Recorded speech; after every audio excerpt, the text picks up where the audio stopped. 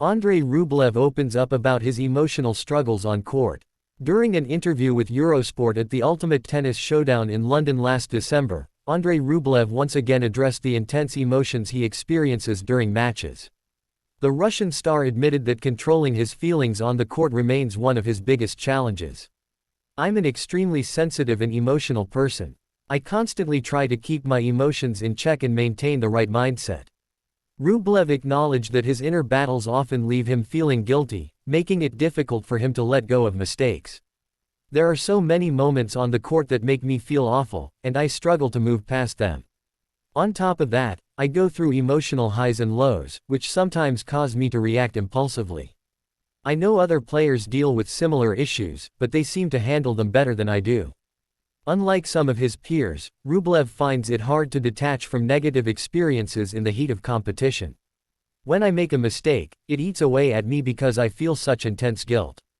It's incredibly difficult for me to manage those feelings." Learning to separate tennis from life. For Rublev, tennis has often felt like a matter of life and death, something he realizes needs to change. "I need to shift my perspective. Tennis and life are completely separate.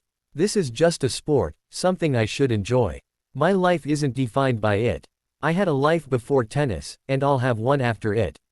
The world number 5 also spoke about the impact of stress and adrenaline, explaining how overwhelming emotions can cloud his judgment.